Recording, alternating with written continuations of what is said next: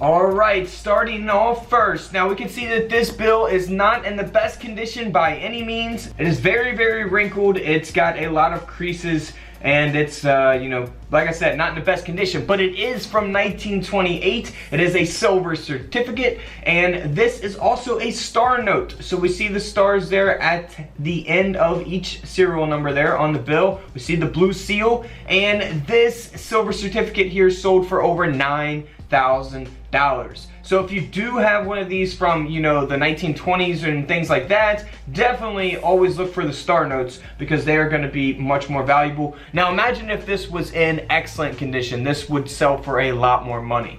Now, let's move on to a $10 bill. Now, we're going to get into some more modern bills here as we go, but this is a 1933 $10 silver certificate. You see the serial number starts off with 000, and it is in excellent condition, of course, and that's what's going to give it a lot of value. This bill sold for over $19,000.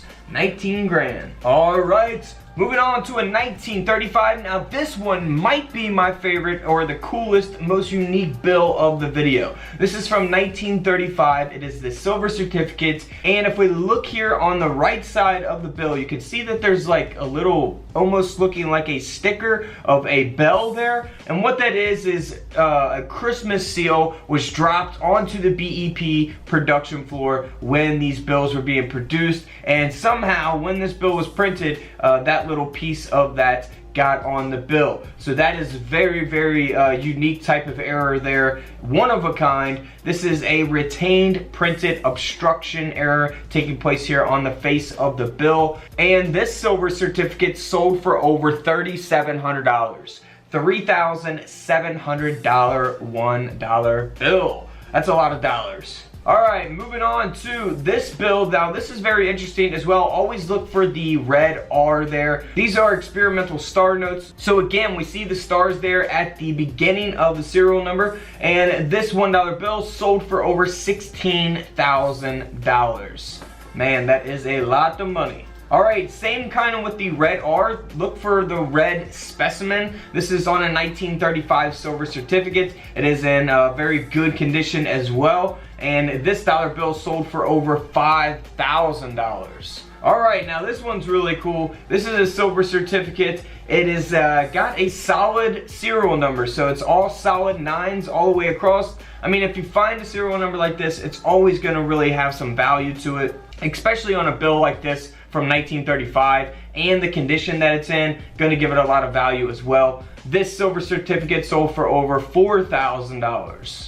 Now this is the $5 bill. This is a star note as well. We see those stars there. This $5 bill sold for over $19,000 as well.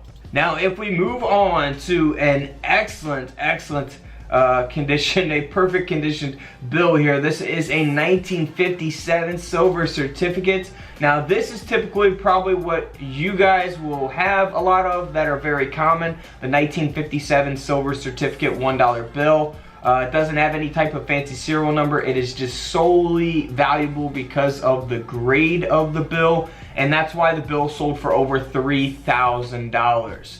Now keep in mind, if you have a 1957, it doesn't have any types of errors or any fancy serial numbers on the banknote.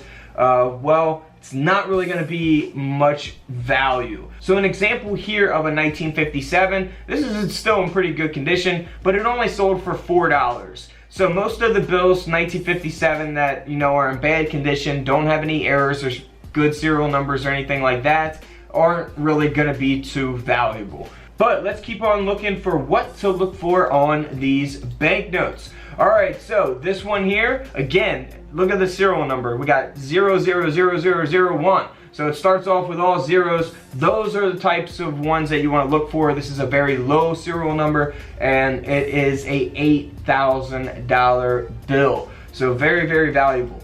And of course the condition matters as well there for that bill. Alright, 1957. Now this one, again, this is something to look for on your 1957 silver certificates. You want to look for this on all of your dollar bills, actually. It is a mismatched serial number. So here on the left side of the bill, it starts off with G55. And then here on the right side, it starts off with G55. 4. So that is really awesome. This is tricky to notice because we got 5544 and then we got 5444. So if you're not really looking and inspecting your bills, you could definitely pass something like this up on a modern dollar bill. But always be on the lookout for these. This silver certificate sold for over $300.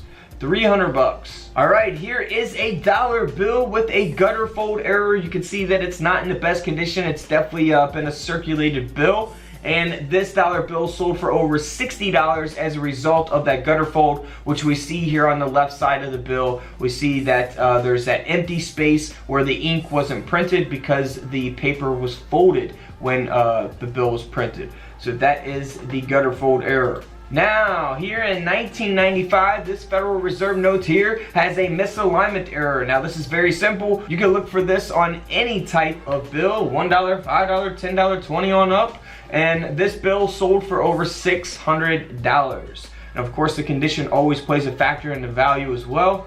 Now let's move on to the $20 bill from 1996. Now you can kind of see how this ink is faded out here on different parts of the bill. And what that is that it's missing the magnetic ink. So that is that error. You can see here on the back, it looks perfectly fine. And this $20 bill sold for over $275. Alright guys, don't forget to subscribe in the middle, check out the videos to the left of me, and until tomorrow, I'll see you all in the comment section below. This is Couch Collectibles, and this is where I disappear.